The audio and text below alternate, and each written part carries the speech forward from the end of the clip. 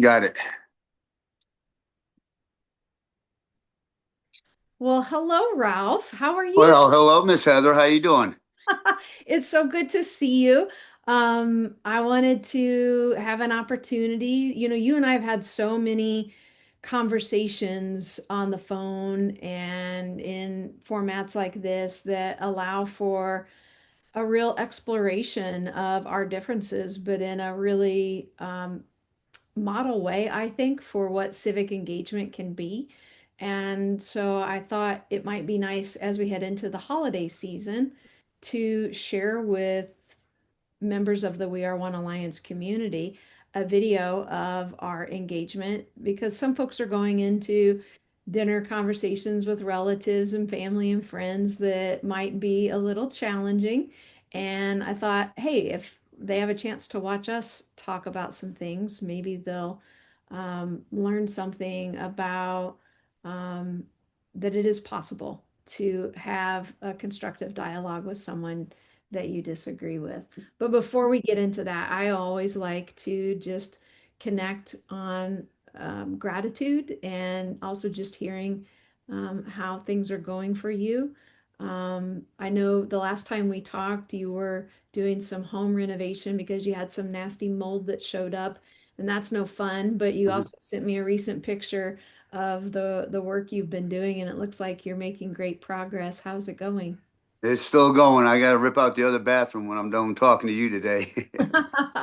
Oh, well, good luck with that. Home repair projects are never fun, but you always get to benefit from them in a good way when you're finished. Yes. What is How is the We Are One Alliance doing? We're doing great, thank you. It's like any organization, you crawl and then walk and then run. And I say, on some of our programs, we're somewhere between crawling and walking, and on a couple, we're sort of getting ready to run a little faster. Um, some of our efforts are new, including our online community, and that is getting up and running in a beautiful way, and always welcome your participation in anything that you find of interest as well. And obviously, looking forward to having you to the farm once we finish our building for Operation Thriving Acres for our veteran program that you and I discussed all the way back when I was running for Congress. Seems like an ages ago. Oh, tell me about it. You and me both. Um, I know you volunteer a lot with, well, let's actually, before we get into just our catch up conversation on political affairs, let me go back to the gratitude piece. Um, let's each connect with each other about something that we are grateful for right now. I'm grateful for just being able to be here right now. Everything apart, political aspects, all the other stuff is nothing when you consider that you're here. Yeah. You and I get to have this conversation because we're here. It's not dictated by what's going on in DC. It's not dictated by what's going on anywhere in the world. But the fact that you and I are having this conversation openly between you and I, Yeah. Yeah. that's something to be grateful for, that you can actually have conversations. Oh, thank you, Ralph. I'm grateful for you too. Your friendship has meant a lot to me. It's been an unexpected friendship, and To say the least. and that's what I'm encouraging people to connect with in our work at the We Are One Alliance. Um, when you first started saying that you had gratitude that we are here, I thought you just meant for life itself, and that was part of my gratitude. I watched a really beautiful documentary last night. I don't know if you have Apple TV. I don't. Okay. There's a documentary, and I hope maybe it'll be on some other platforms available on the Apple streaming service called "Come See Me in the Good Light," and it's a documentary about a poet, Andrea Gibson, who spent a lot of their life struggling with hypochondria and fears about getting sick. They are a poet laureate who writes amazing poetry, like slam poetry, like spoken word, like they'd get up in front of an audience and speak their poetry. And you can read their poems online and listen to some of their stuff on YouTube or in on like Audible, sorry, Spotify. But there was a documentary about their life because they got a ovarian cancer, a terminal ovarian cancer diagnosis, and it wasn't until Andrea got the diagnosis that they were dying that um, they started to understand what it meant to actually live. And the rest of the story of the time Andrea had between diagnosis and death was really about a great celebration of life and how to live and how to love and how to be full of gratitude. It was a very moving documentary that just reminds you not to take any moment of any day for granted. And so I too am both thankful to be here in my body and thankful to be here with you today, Ralph. And I see you're wearing your famous hat. That's you were wearing a hat like that when I first met you, but right before we started recording. And I think it's helpful to know that nothing about this conversation has been prepared in any way. We didn't want this to be scripted, but you did say something to me right before we recorded, which is that you were volunteering with the local food bank. And I know that's been something you've been really involved in for many, many years. Would you Yes. talk a little bit about that um, volunteer work and feel free if you want to also share with me what you shared about being asked not to wear the hat. And I think that might lead us into a conversation around some issues that are pertinent in the current moment. Well, go back a little bit. It was through the food bank that I actually found out who you were. Yeah, I'm not sure if you recall Wally and Bev. absolutely, of course. And they're the Right. ones who invited you to the campaign meeting. Exactly. And Wally and Bev and I had some great conversations. You know, they're clearly Democrats. I'm a Republican. I don't see myself so much as a Republican as I do towing the line. I can waver both ways. Hmm. But they thought that would be a good idea if I sat in on the Zoom call with you. Hmm. And I said, well, if I go on that Zoom call, I'm going to wear my Trump hat. And the first thing I remember you telling me afterwards is when you saw the Trump hat, when you turned on the Zoom call and you saw the Trump hat, you thought I was going to be a heckler. And I think that sets a definition of our predisposition on things Hmm. as a society. We're predisposed on, if we see something, how we think about that person. Hmm. Seeing my Trump hat, oh, he's a MAGA Republican, he's an extremist, he's this, he's that. So I'm getting all these labels just by wearing a hat. Hmm. And I think that's how we've shifted nowadays Hmm. as a whole. That once you define yourself or show yourself as a certain way, that's how you're going to be defined. Hmm.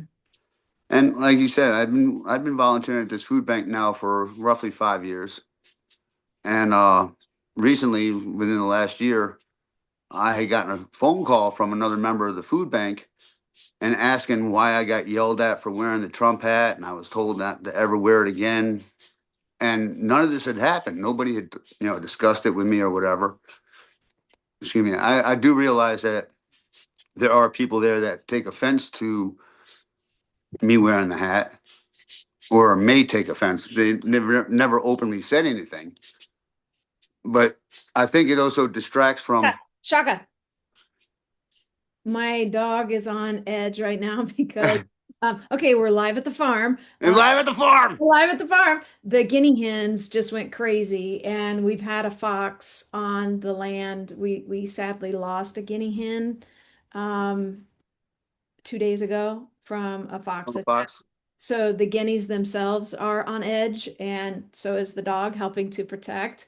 And if the commotion had kept going, I would have said, "Hey, Ralph, I'll be right back." You don't know how many conversations I have that get interrupted by me being the second guardian after the dog on making sure that the flock's okay. But I think they're just on edge. So What kind of dog is Shaka? she is a chocolate lab, and Oh, okay. Really, really great. Really I've great. got two Aussies. Yeah. Yeah, and I can't believe they're actually sitting still right now. Okay, well, maybe you'll be apologizing for the bar in a minute. Please keep going. Oh, so like I was saying, none of this stuff had actually happened. Basically that nobody mentioned anything to me, nobody came to me, and it makes you wonder. You're Mm, there for a purpose, a purpose that's greater than any political view or political person for that matter. Does it matter what I'm wearing if I'm doing the mission? yeah. Yeah. Just like you have your We Are One Alliance. Hmm. If I have a different view than you, but the purpose of your alliance is to bring people together and to do things and to better somebody, what does it matter what my view is or what I'm wearing or how I think? Yeah. That gets set aside for the greater mission. That's what my opinion is. Yeah, for sure.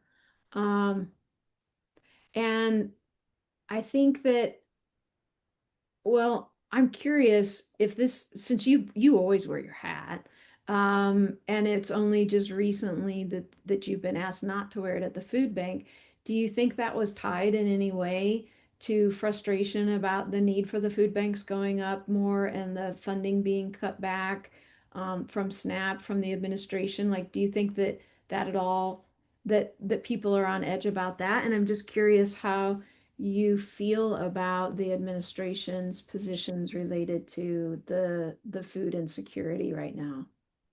Well, I mean, that goes beyond words. You don't take somebody's benefits. Yeah.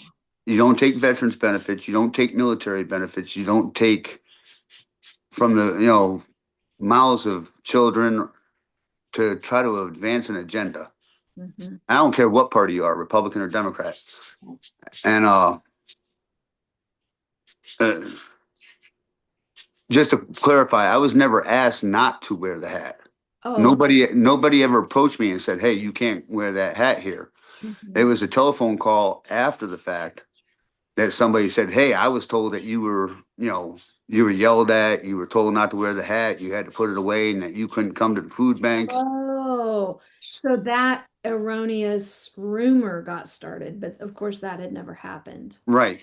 Okay. And so here's a prime example of what I think we're at with this. After I was told this, the very next food bank, what did I do? What would be your objective if I was to tell you that you cannot sport LBGQT uh, colors? What would you do? You, Well, my guess, knowing you, is that you went with your hat. I went with my hat. But you hadn't been told not to. So why were you feeling like you needed to show up that way? Not like showing up because you always wear it versus I gotta wear this because they might not want me to. You didn't have that experience. No one asked you not to. Nobody asked me not to, but the purpose behind wearing it for me. Now, people have different motivations and why they do the things they do. But as you know, I like to spark conversation, Yeah. right? So if I bring the hat and somebody does approach me and says, "Hey, we don't like your hat," Mm-hmm. that would spark a conversation. Mm-hmm. At least I would know who the individual is. I can identify who that individual is that's supposedly saying this stuff. And then I could, open up the conversation and find out, hey, why are you saying this? Yeah. Why did you go to other people and say this and not come to me directly? This could have been something that we could have resolved on the side. Mm-hmm. But Yeah. Yeah, so that's, you never know what those hats are going to spark. Yours sparked a great friendship between us. I got so tickled that you got to a point in the campaign where you couldn't wait to put your Heather Mizeur for Congress sign right next to next to the Trump. the president's sign, and that's really great. I'm wondering though, um, how? Okay, so you also agree that the benefits shouldn't be taken away and they shouldn't be used as a pawn. Does that, Right. and I know that one issue isn't going to change your feeling about the administration or the president.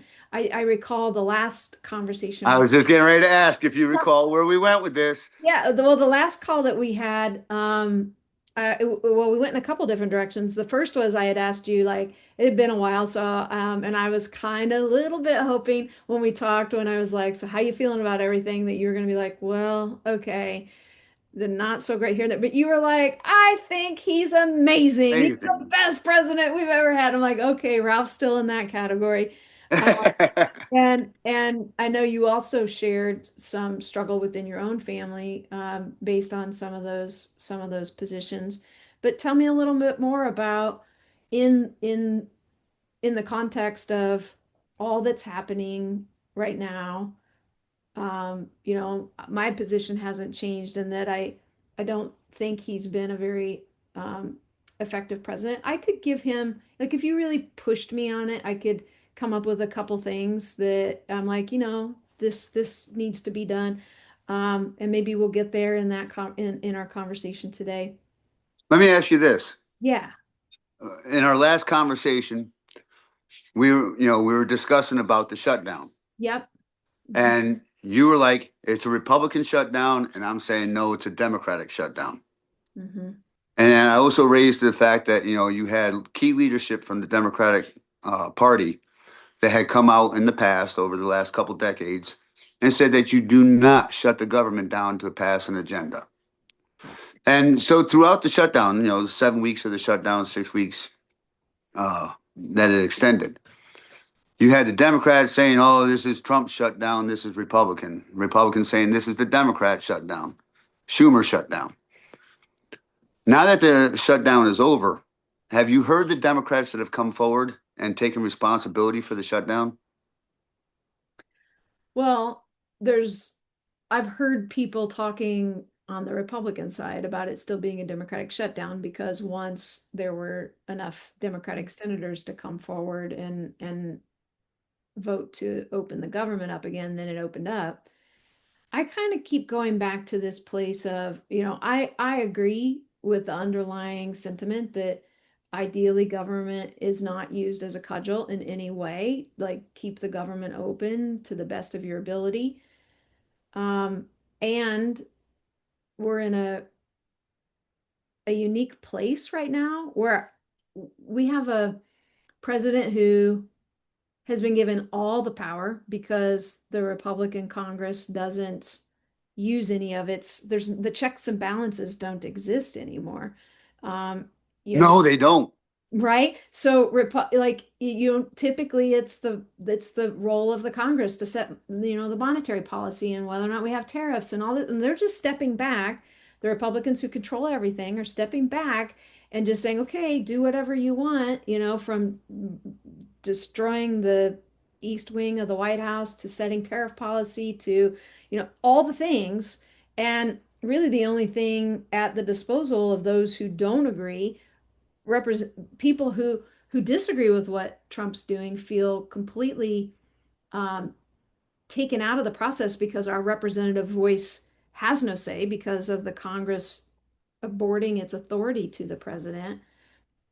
In that weird situation where there just aren't a lot of levers for Democrats to make their case, I sort of get why there was an effort to be really clear, like, you need our votes to keep this open.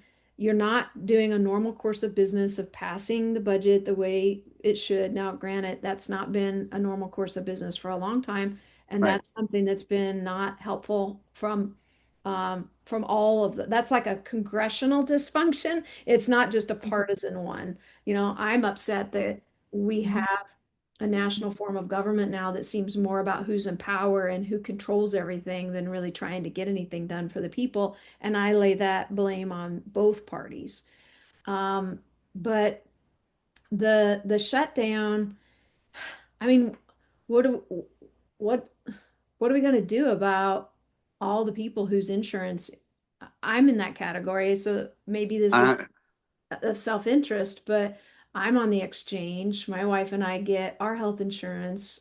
Maryland's a little bit better in that um, the programs in Maryland tend not to. raise as much as other places, but we got our notification and we're paying a lot for a plan that's already catastrophic coverage that we only use like when I broke my ankle. Glad I had health insurance then. Sure doesn't pay for much. I have so much out of pocket that I have to pay and such high deductibles that it really doesn't provide me much coverage, but it's super expensive just to prepare against those catastrophic things. And when it gets even more expensive and groceries are as expensive as they are, like what gives? What and so what was your position on the I whole? want to I want to give you a different perspective. Okay, If you don't mind, I'm going to give you a different perspective. of course. You mentioned a lot of things in there. A lot of things. You mentioned the ballroom. You mentioned tariffs. You mentioned healthcare. You mentioned the price of food coming up. Mhm. Yes, we have Thanksgiving coming up. We have Christmas coming up. What does Trump building a ballroom? How does Trump building a ballroom going to affect your Thanksgiving and Christmas? I'm not sure I'm saying that it's going to affect my Thanksgiving or Christmas, but How does it affect your everyday life?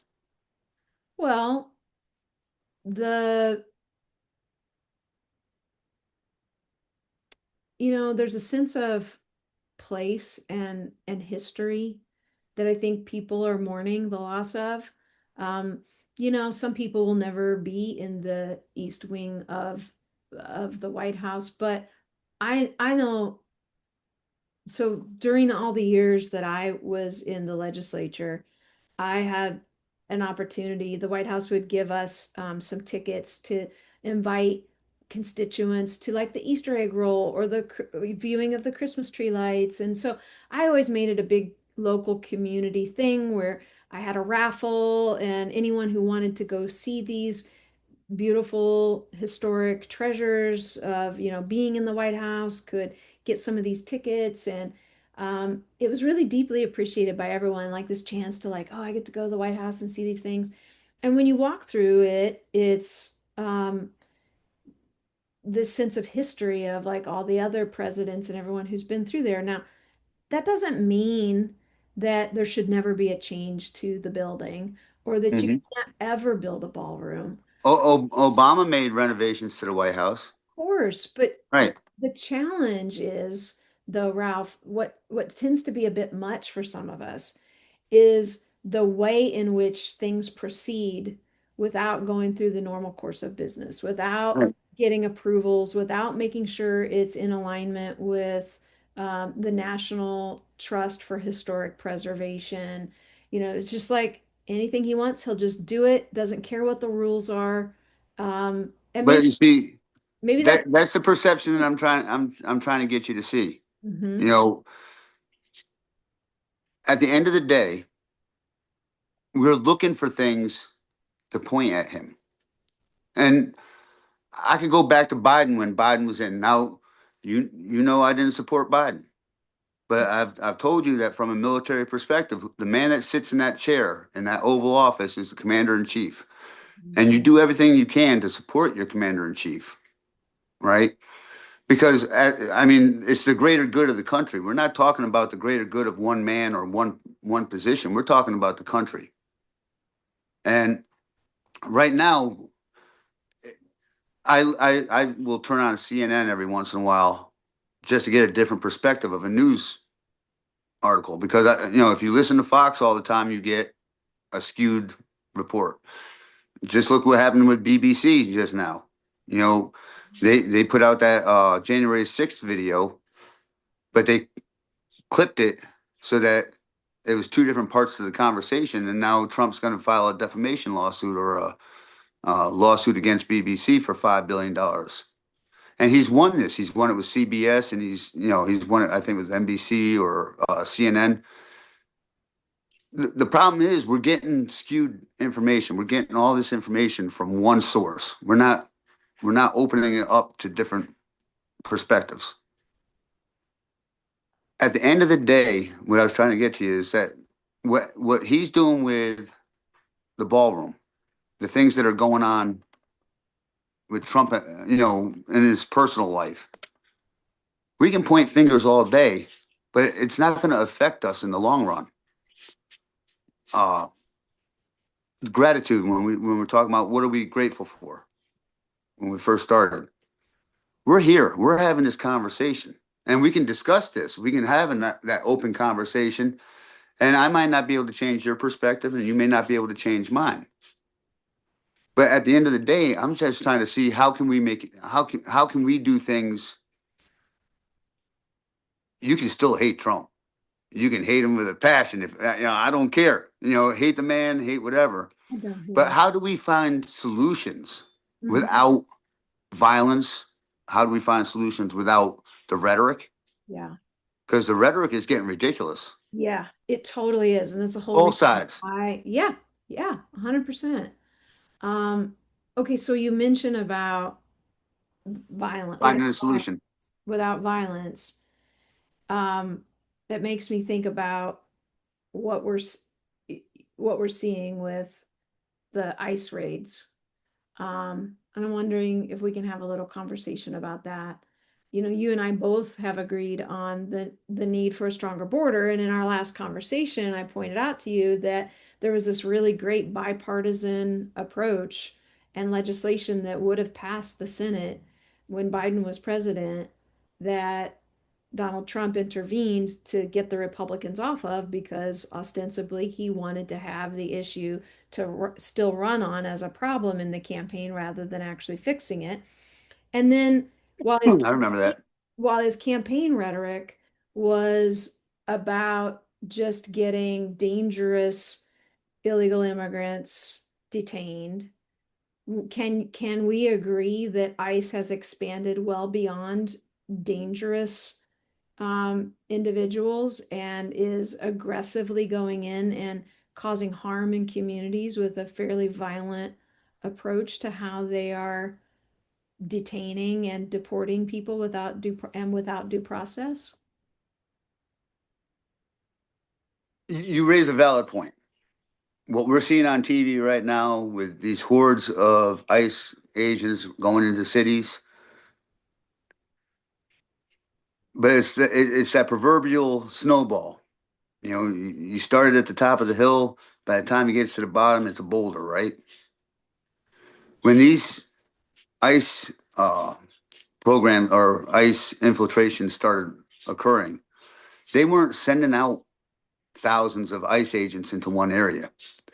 You know, it Well, was we've it, got the extra money now through that big, beautiful bill, like billions of dollars. So bringing it full circle back to the food insecurity, money, SNAP wasn't just being held hostage in the government shutdown. The funding for supplemental nutrition assistance programming has been reduced significantly in right. that one big, beautiful bill. I have to put quotes around it because I didn't find it so beautiful. But, uh, they're cutting food security and subsidies for healthcare in order to expand ICE and Homeland Security faster than they can even find qualified people to do the job. That could arguably be some of the underlying problem. Like they're hiring a bunch of misfits that have not been properly trained and are not going about even doing this underlying work. So I guess my question is,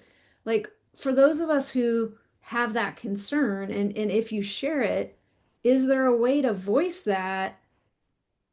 Like, have we lost the ability to voice up the food chain to our member of Congress or our senators? Like, hey, I might support Donald Trump in general because I like this or this about him, but I don't like these things. Therefore, I want to speak out because I have concern about how that's coming about. It just feels like everyone sits in their sides and are just willing to be like, nope, that's how I think, that's how you think, and like there's no movement on anything. Like if we can agree that ICE, I'm sensing a little bit of agreement that ICE is overstepping itself somewhat.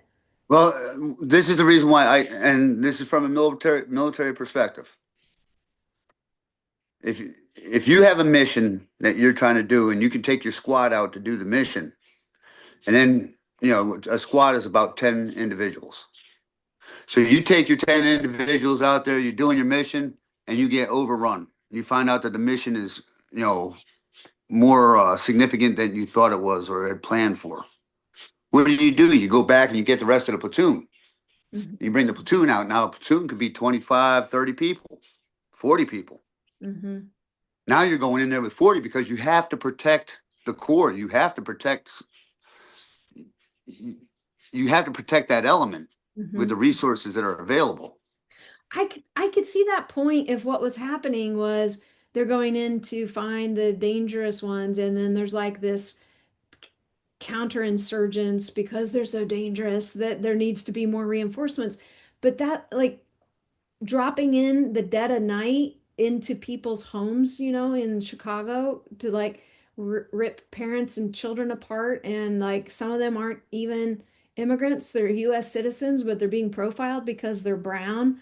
Like, can we agree that that's not okay? And like, while your statement about like how it can make sense to go and get more people to come in, that is a true statement, as long as what's happening on the front end requires that. Maybe because we watch different places where we get news, you're seeing something different than me, but are you seeing an actual amount of danger and pushback on the side of the citizenry, legal or illegal, that would Yes. require this kind of response? Just today in North Carolina, ICE endured two vehicle rammings.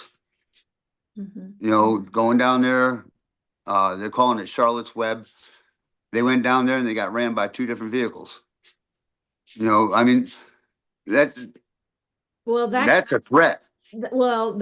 that could just as likely. I haven't had a chance to see that yet because I've been in meetings all day, but my guess is that's just as likely to be non-immigrant citizens who are so frustrated with ICE coming in and turning their communities upside down that they're the ones ramming the cars, not the immigrants. No, you're 100% right. It's probably not the immigrants that are doing it, Yeah, right?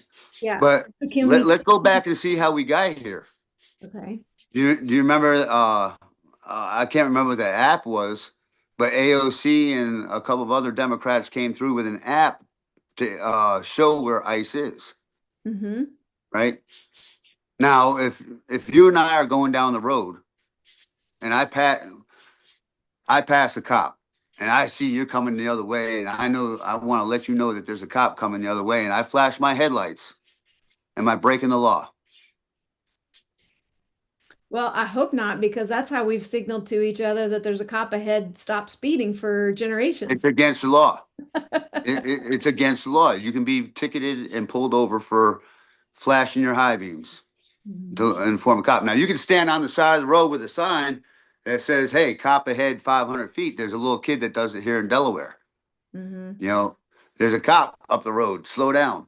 Mhm. That's legal. But Mhm. if you're using your vehicle to inform of another operator that there's a cop ahead, you can be ticketed. Mhm.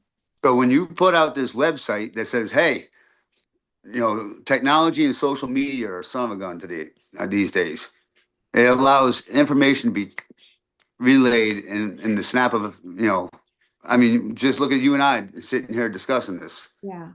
So I can sit there and say, Nanacoke, we have ICE agents in Nanacoke, Mhm.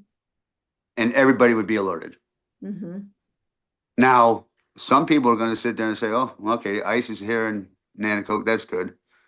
But there's going to be others that are like, okay, let's go. Let's go, let's go set up a barricade. Let's go stop them from moving in any further. How much do you think, though, that aggression and need to have that kind of notification system is existing because ICE is being too aggressive with who they're rounding up and sending out? I mean, you want to keep it to local here.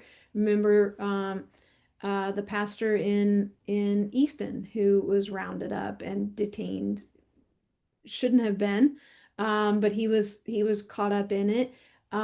There's an aggression, like we've lost our sense of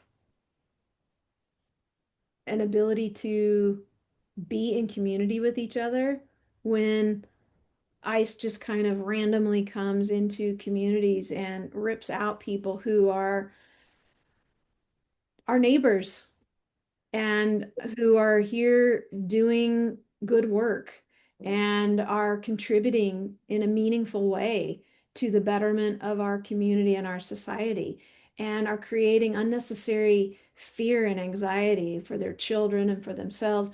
None of this was what he promised. And I think, if you wonder why, from the perspective of those who don't like Trump and why he's not trusted, it's because there was always a sense that this wasn't going to stop at, nor was it ever really intended to just be getting at the dangerous people on the streets, because the statistics showed that there weren't a lot of those people. Define dangerous.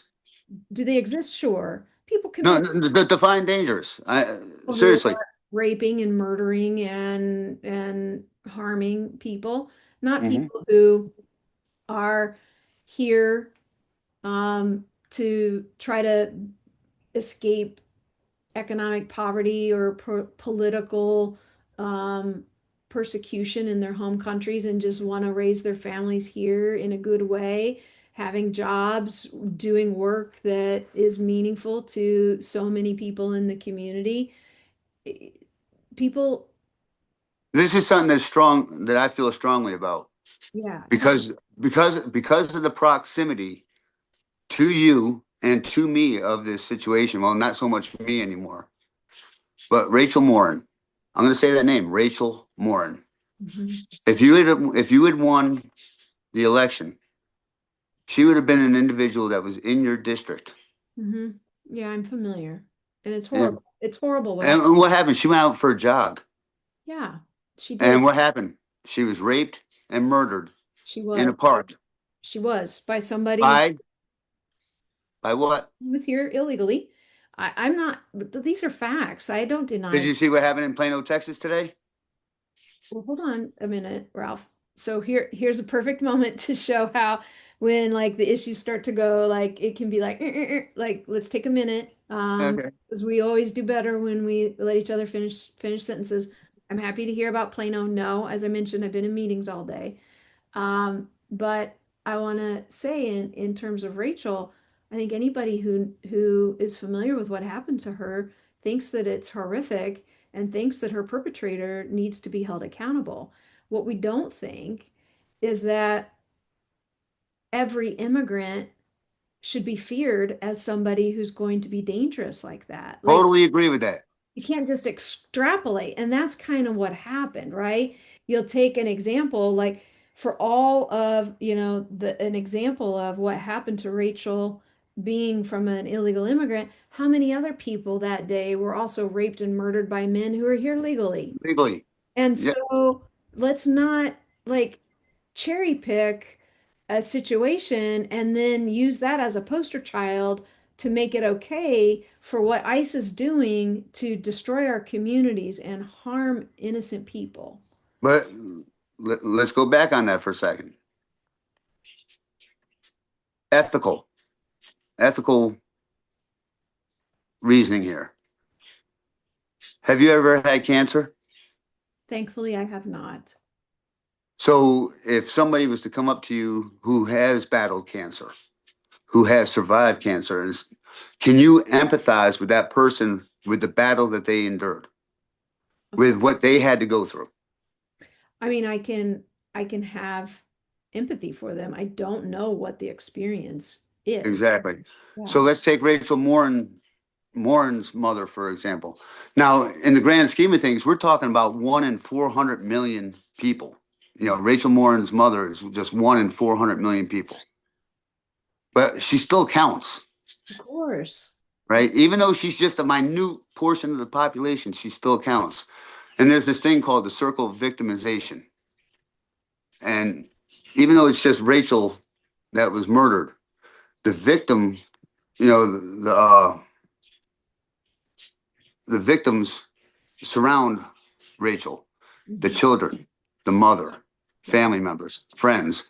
So even though he only killed Rachel, Hmm. the victims extend way out past that. Yeah. You know, So the point I'm trying to make is that if we if we take a look at, I asked you about the cancer. Hmm. We don't know what it's like for somebody to battle cancer. We don't know the pain that they go through, having to go through the chemo, the radiation, or whatever. We don't know. Hmm. We can sympathize, we can have that empathy, but we just don't know until it happens to one of us. And I'm not wishing that upon anybody, but for the family members that these things do happen to, they're real. They represent a part of the population. Hmm. So if Trump fails to get what happened in Plano, Texas, was that the same situation as Rachel Morin. Lady was out jogging, was attacked by illegal who had been arrested under while Biden was in. Take politics out of it. I don't care who the policymaker is.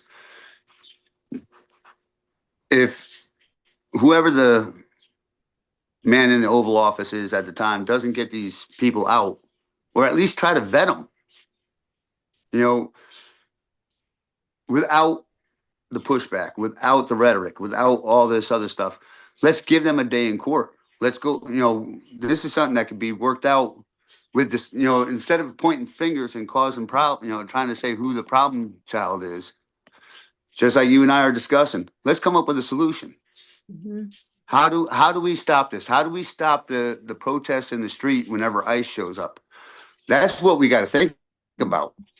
We Well, don't have to think about. I think one way that the protests could stop is if the administration's policy on who they are aggressively going after were to stay in its more limited focus on going after illegal immigrants who are causing criminal behavior, but What doing a massive sweeping up of people who are just minding their own business and living their lives and paying taxes. And yes, these immigrants do pay taxes. As a matter of fact, they're a net positive into the treasury because they tend to pay their taxes but don't get any services or benefits on the other side. Do you agree with that? I'm not sure about. I'm not debating with that because I'm not sure if they pay taxes. Mm. But one of the things that very few people many know about is the shadow economy. Yeah. And with the shadow economy, which is probably larger than the actual national economy, they're definitely a part of that. Mhm. You know, whether they're getting paid legally, illegally, or whatever have you. I hardly know an American that isn't somehow involved in that, In the whether shadow, teenage right? cutting grass and not paying your taxes, or doing some service that is paying cash over the table. Like I can tell you how many people think I'm nuts for paying taxes on cash that I make. So um, that shadow economy exists way larger than through the immigrant community. Well, all I'm saying is that the illegals, many illegals who clean house. I'm not. I don't want to have words put in my mouth or he's whatever. But like I mean, a lot of the illegals that come across, they're gardeners. We experienced it down here. I'm sure you experienced it up there. Mhm. I Mhm. guess they took the illegals out from down here, and nobody went and picked the watermelons. Mhm. I'm not saying that that's all they're good for. All I'm saying is that nobody went and picked the watermelons. Yeah, and so So there's you no. had whole crops, whole fields that just rotted Yeah. because nobody was there to pick them. Exactly. And so, why do we have a president that isn't trying to bring us together and say, okay, there's a value to immigrants, especially because our country has always been based on being welcoming to immigrants. We're going to have a policy, we're going to secure our borders, people are going to come in here in a good way, but we also, in that bipartisan initiative, there were ways that offered a path to citizenship for people like the watermelon pickers who are here just working hard, taking care of their families, and contributing to the community in an important way, giving them a pathway to citizenship and really That's solve. what I'm saying. We could revise that. right? So we would agree that that could be an approach worth pursuing.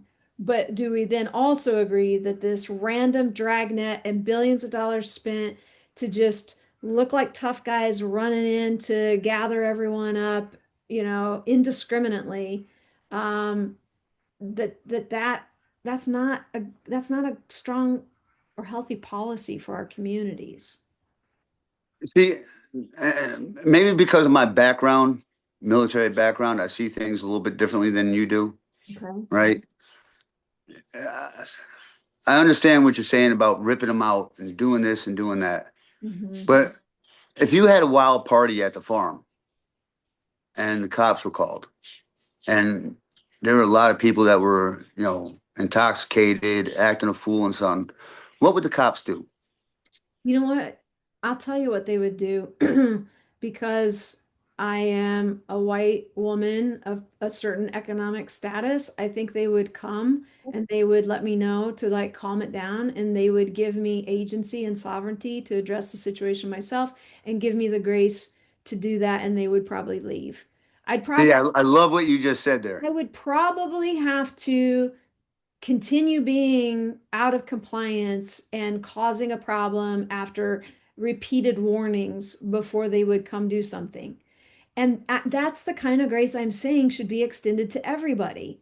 And that's not what's happening right now. So, You said it perfectly. okay, what is it? What is it that you think I said perfectly? White woman of social status, you're gonna get a little leniency. Right. And that's not okay. Uh, but you're gonna get it. Now let's go to the inner city, right? They're not now. Yes, you live on a farm. You probably have a gun sitting there somewhere in your house. Exercising your Second Amendment rights to have one. You Yep. might have to get rid of that fox. I have a rifle because of the fox. Shaka, it's okay. So things like that don't happen in the inner city because when police and law enforcement report to inner cities, they're dealing with a different character. Not every. I'm not trying to characterize the people in the inner city as being these bad people, but you do have echelons of gangs Hmm. and people who are, in the drug trafficking and stuff like that, that are going to protect themselves against being arrested or are going to protect themselves against an officer. So when a Baltimore police officer goes into a house, he doesn't go in there all like, "Hey, Miss Mizeur, you're getting a little rowdy over here. I'm gonna have to ask you to turn it down." They don't go in there like that. They go in there and they bang on a door, they knock the door down, and they rip people out of the. Yeah. And I And it's a different characterization. It is. And, when, gosh, we could open up a can of worms and be here. Oh, could we ever? Because, that's that goes into the bucket of like implicit bias and all the various trainings that people were wanting there to be so that there aren't like I get we want to keep first responders safe and there are some very dangerous situations they can go into and there are certain instincts that kick in and I think there's also a scenario where certain implicit biases come to play culturally that make assumptions about being in an inner city or what color people are that get people heightened in a way that isn't necessary always. But then when we have a conversation about wanting to have that training so that there can be a better relationship, that gets labeled as woke. And, all DEI initiatives are evil. And I just feel like if there were more people that were willing to talk, like I don't know that we've made that much progress necessarily today towards entirely seeing each other's side. What I love about our talks, though, are that I think we really do listen to each other. We cover a lot of topics because it gets our brains firing about this and this and this. Um, but somewhere in here are like they're little diamonds of possibility towards consensus.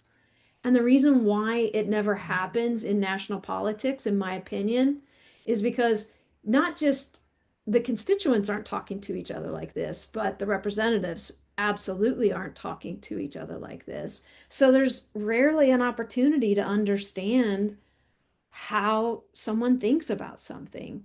And I take what you say, I'll noodle on it for, days when, take no offense, but I'm often scooping chicken poop.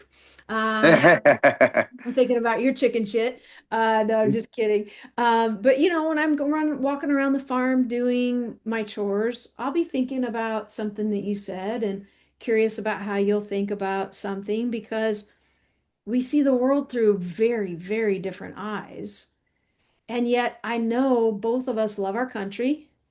Both of us want to see what's best for this country.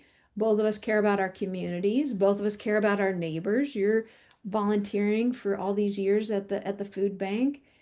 And I don't know exactly how to wrap this conversation up because the way we let, let me hit you with one thing okay. that I have been like, I mean, it's been festering in me. That- I almost called you about this Okay. last week. I think it was last week. But I feel like I can be swayed. If something makes sense, I can be swayed to make sense. And I'm going to give you an example of that. I told you the last time. I think one of the greatest up and coming people in any party is John Fetterman. He's Hmm. a Democrat. I thought of you. Fully took I thought of you when I saw his book came out this week. right now. Here, here's something interesting, and I'm setting the table right now. If you go back in time, back to uh, when Trump's first term, the end of Trump's first term, Marjorie Taylor Greene, Matt Gaetz, and our own Andy Harris, amongst others. They Hmm. sat on the House floor and they were kissing the ring. I don't believe in the king thing. I'm not going to tell you that Trump's a king. I'm just using it as a rhetoric. You would be okay. You do expect him to leave at the end of his second term. You're not Oh, some he's leaving. He already said he's leaving. yeah, but you're not somebody who's out there hoping he bends the No, no, no, no, no, because the Constitution is clear that the most you can spend is 10 years, and that's only if you assume office after 2 years, yeah, after the president. a partial Right. someone else. Yeah. You Okay. can only be elected twice. He's Yep. been elected twice. I'm not one of these high hopers. Okay. So, but you had these three, amongst others, that sat on the House floor throwing a fit for Trump during the first term. Mm-hmm. Trump got reelected. Mm-hmm. Marjorie Taylor Greene is turned tail. She has spoken ill about him. Yep. Makes you wonder. Matt Gaetz was appointed as the attorney general or nominated to be the attorney general, but withdrew his nomination. And Andy Harris has gotten quieter than a church mouse here lately. Now, these three people were in full support of Trump during the first term, and none of them are coming out. Mm-hmm. And why do you think that is? Well, I'm going to answer that question for you. All right, but then will you hear my answer too? Yeah, but Matt Gaetz was the only one that was appointed to a position. Marjorie Taylor Greene wasn't appointed to a position. Andy Harris didn't get a position in his cabinet. So therefore, they were slighted, right? They wanted something more lucrative, more noticeable, and they didn't get it. And the reason why I brought that up is because all this stuff is going on right now. And I asked you a question or I was going to ask you a question. If we go back in time, did the Democratic Party uh, contact social media and tell them that Hunter's laptop was Russian disinformation and to squash the stories? You know what? I never, ever, ever paid any attention to the Hunter Biden laptop stories. I am very ignorant on that topic. It just wasn't something that, with all the other, what I felt like were real issues, sort of mattered to me. So I don't feel qualified to have any opinion about Hunter Biden and on anything in any way. Well, the point is the Democratic Party contacted social media and told them to squash the story because it was Russian different disinformation. And on the laptop, you had Hunter doing cocaine, you had him with a prostitute, you had him with a gun, a lot of illegal acts, regardless. Did the Democratic Party also tell social media not to publish other doctors' thoughts about the COVID-19 vaccine? And that, you know, Hey, wait a minute, where are we getting to the point where you think you're swayable? Because now I'm just feeling like you're well, well, regurgitating no, like no, conspiracy theories or something. no, What? no, no, no, Oh, no. These because these are facts, and okay. this is the. I've always asked you tough questions, and you've Yep, appreciated my tough questions. yep, yep. And this is probably this question is probably tougher than the first question I ever asked you Uh, about whether you and Deborah were married. yeah. Throughout this course of events, going back to Obama telling Obama and Clinton coming up with the Russian hoax during the 2016 election, the Biden administration going through with Hunter's laptop telling social media not to publish it, the COVID. Biden was asked, "Are you going to pardon Hunter?" No. All these things that the Democratic Party has come forward and done, to include going after Trump, weaponizing the DOJ, which is coming out because Clapper, you can even see where Clapper's notes, or Brendan's notes, excuse me. Oh, Ralph, you're about to make me go nuts if you're going to say that the So Democrats here's the question. the As a Department. Republican, as a Republican, how do I trust a Democrat Hmm. in what they say? Tell me how I'm supposed to have full faith in you as a Democrat. Now I'm labeling you. We went back to the labels. Yeah, we did. I'm Yeah. going to ask Well, you, well, okay. I'm not asking you to trust a party. I'm asking you to trust me. you, Yeah. So I'm asking you to trust me. I don't even trust the parties. No party. To me, democracy is an alive relationship. What we are doing right here is democracy. Democracy is a daily act of faith in each other. And that's what I'm showing by showing up and having these dialogues with you, because I don't think democracy survives if we forget how to have these conversations. And right? democracy also doesn't survive if we just defer our um, critical thinking and reasoning and ability to connect to each other to a party or even someone who represents us. Having a representative voice means we're allowing someone to vote on our behalf inside the Democratic Republic, inside the Republic process, the democratic process we have inside this Republic.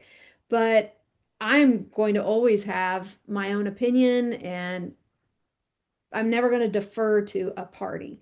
Just as I'm hoping and asking of you to not just blindly trust the Republican Party or Donald Trump either, because from what I just heard you say, like my response is, whoa, you talk about weaponization of the Department of Justice. Trump's using them like his own lawyers right now.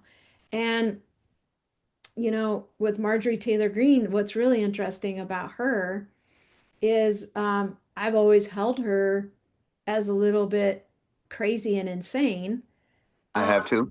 but based on how I watched her behave, and I'm not going to say that because she's in an argument with Trump now that that's what makes me think she's looking less crazy. It's what she's saying. It sounds less crazy. She is taking a stance on what she's always believed, which is exposing a ring, you know, pedophile ring and anything that is trafficking young girls in situations that are so harmful. She wants to expose that. And she was under the impression that she was kissing the ring and fighting really hard for a candidate who shared that belief. And what I respect about her is that when the information started to change and Trump started to change his position on the Epstein files, she held her ground and is like, no, this is what I believe and this is what I'm doing.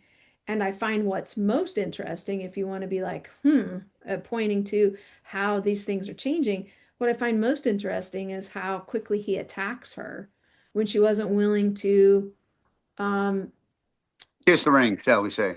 kiss the ring. You know, he wanted her to get off of the discharge petition and thought he could persuade one of the three or four Republicans that are on that discharge petition so that there weren't 218 votes for a vote to release these files that he ran on saying needed to be released.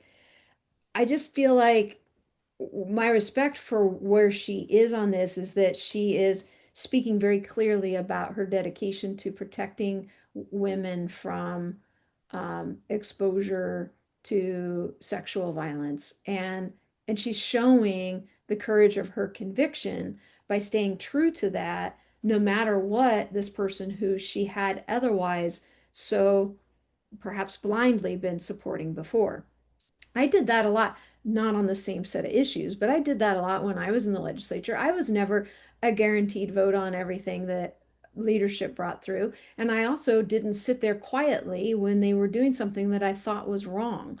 I would stand up and speak about it. I'd get scolded in the back room afterwards, or even penalized by not letting, some bill that I wanted come forward.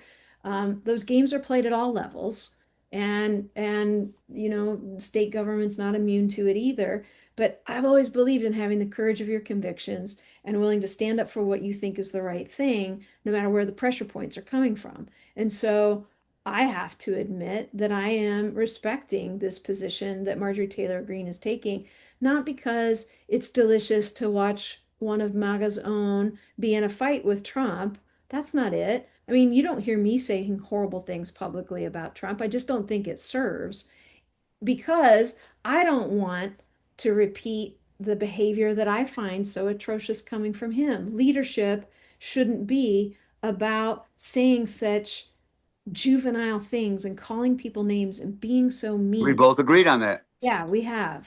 We have. We have.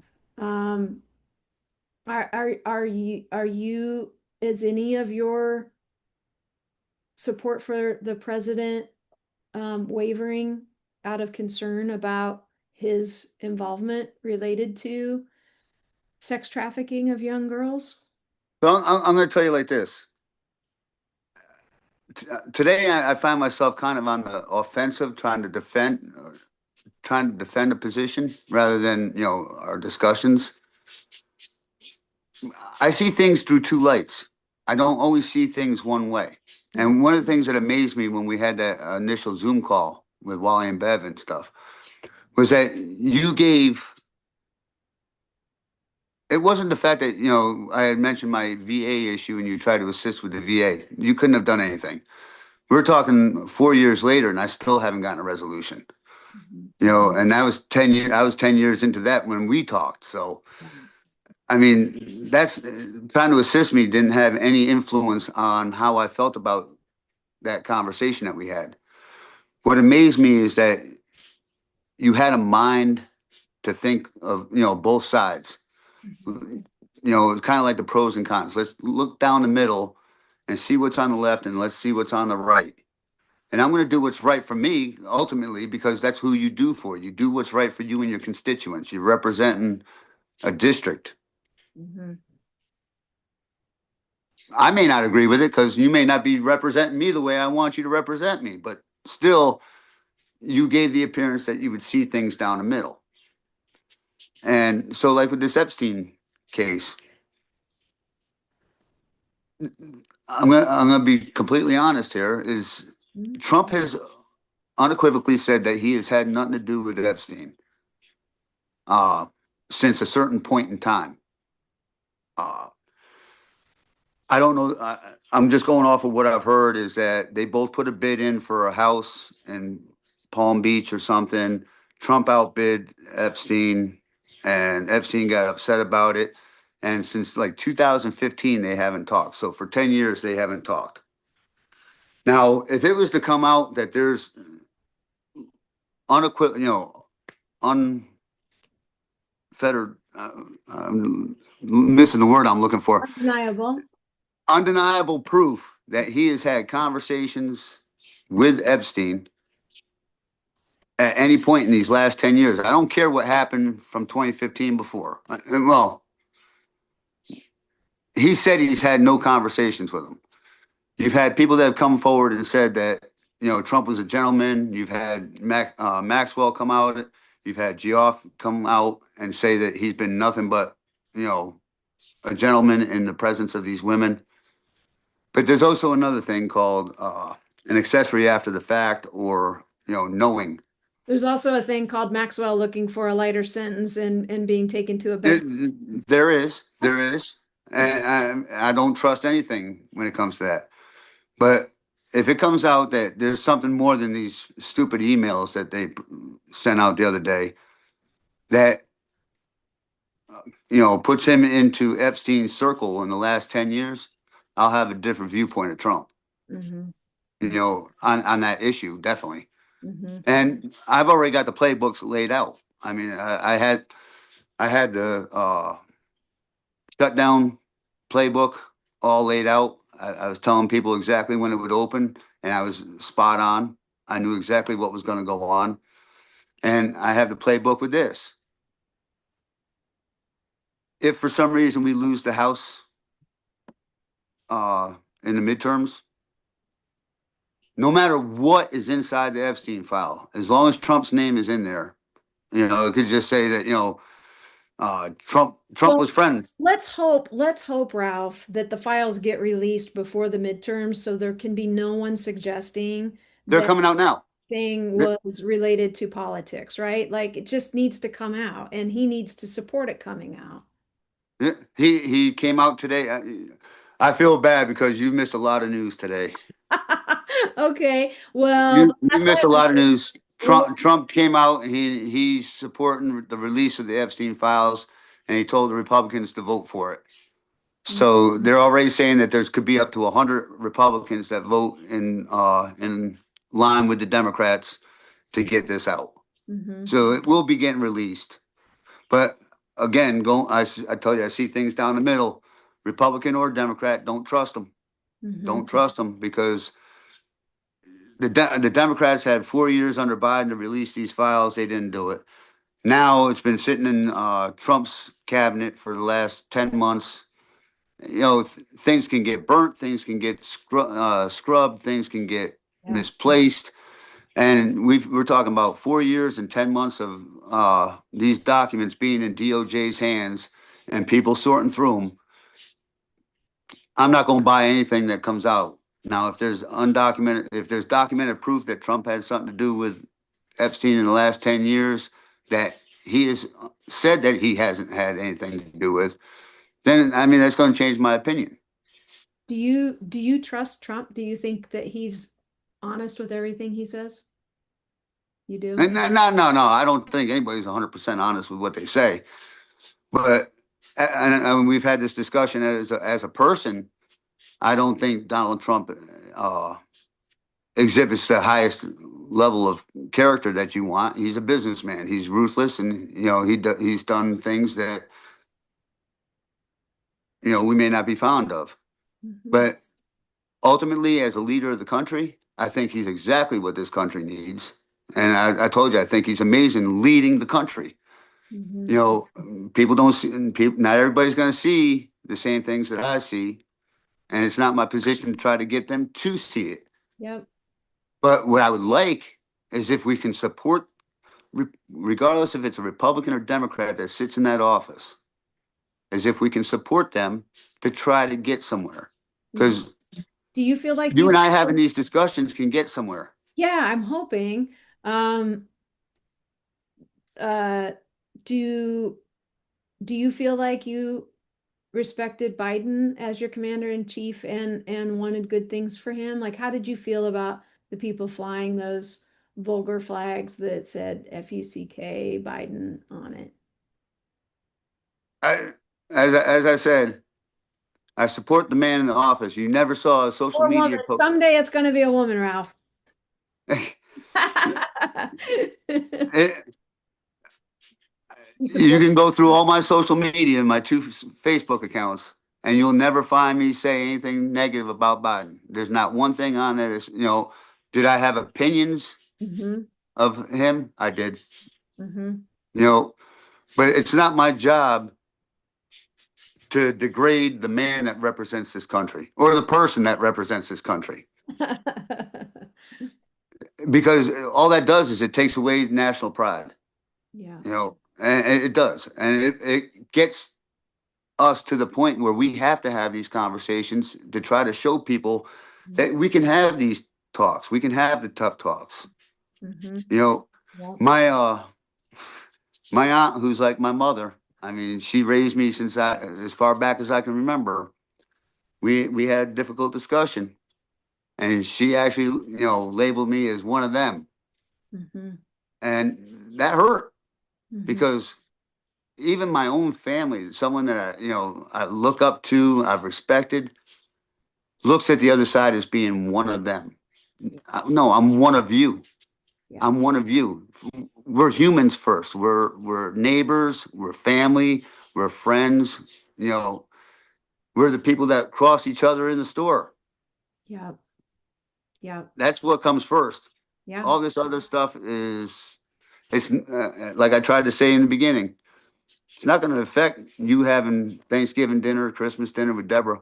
Mm-hmm. It's not going to interfere with whatever's going on in DC right now. Well, that's not entirely true. I'm not joking when I say that we've had to tighten our belts so much that we are real glad we had a good harvest on the farm this season so that we can make a pie from our Asian pears from the orchard, and we're going to make scalloped sunchokes from our sunchoke harvest. Like we're eating as much stuff that we can grow ourselves right now. Our eggs, like we eat so many eggs.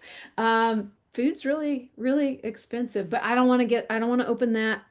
We can go And down, don't open, talk about groceries and, and the there's two economy, sides to that story. of I could give course. you a positive side and a negative side on that real quick. But I think, well, I think in the interest of time, because I think anyone who's sat with us this long through this conversation is going to want us to wrap up.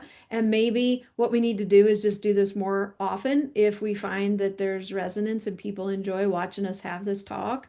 Because at the end of the day, I don't think anyone's going to walk away from this talk saying, "Oh, wow, like this kind of conversation needs to happen because you can end up, winning someone over." Like we didn't change each other's minds about much. We didn't change our the way we see the world all that much.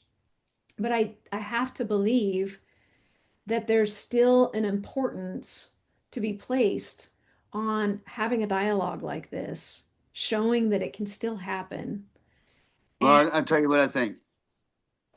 I think that we need to focus on where we come together versus where we separate. yeah. You know, going back to the Umbatu and, Uh-huh. you Yeah. know, One of our original conversations, you loved that I brought up my experience in Africa about we talked a lot about differences today, but we're not talking about unions. We're not, we're separated on these issues that neither one of us are really going to sway each other on. yeah. But there are issues that we can come together on, you Yeah. know, and we didn't even get to discussing those things that we were so far apart on, or the differences in the views that I have of the of same-sex marriages. Yeah, yeah, You yeah, know, exactly. You came a long way over the course of our relationship with that. So, so I mean, there's a lot of things that we can show that we've come together on, yeah, versus just opposing each other at every step. yeah, totally. Thank you for that. Look at you being the one who wraps it up with the perfect WeAreOne Alliance message. Because I always say there is no us and them. And that doesn't mean that I don't think that that there shouldn't be dissent or that people shouldn't still hold on to the beliefs that they have. I'm not saying we're all the same. We're not all the same. We're all very, very different, but we are all humans, and we do better when we are willing to connect to each other from that place of humanity. And even if we might not always see the world um, with the same set of eyes, like you said, there's differences to be sure, but you and I have found a lot of agreements as well. And sometimes we've generated that agreement through these dialogues that over time build trust. Um, you and I have talked about trust today, and I will say that for as much as we do disagree with each other, I trust you implicitly. I know you would have my back if I needed your help, if I needed protection, if I needed anything, you would try to help me.